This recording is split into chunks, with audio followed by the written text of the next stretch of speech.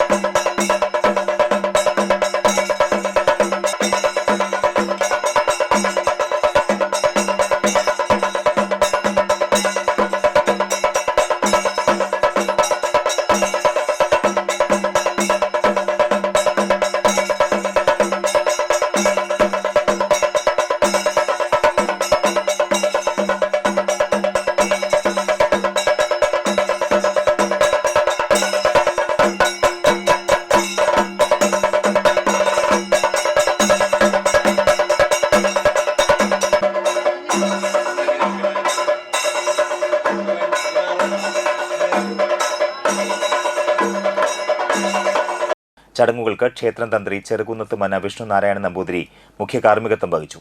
മേൽശാന്തി ശങ്കർ തിരുമേനി സഹകാർമ്മികനായി. Devaswom officer PC. വിഷ്ണു, എളവള്ളി ശിവദാസൻ ആചാരി, ശില്പി ഷിജിൽ എന്നിവർ നേതൃത്വം നൽകി. അപ്പോൾ അവിടെ ഇൻഡിപെൻഡൻ്റ് ആയിട്ട് നിന്നിരുന്ന ദേവനെ ഇവിടെ വന്ന് ഉപദേവനായപ്പോൾ അത് വേണ്ടത്ര പരിഗണന ലഭിക്കുന്നില്ല എന്നുള്ള ഒരു ചെറിയ അപ്രീതി അതിൽ കണ്ടിരുന്നു.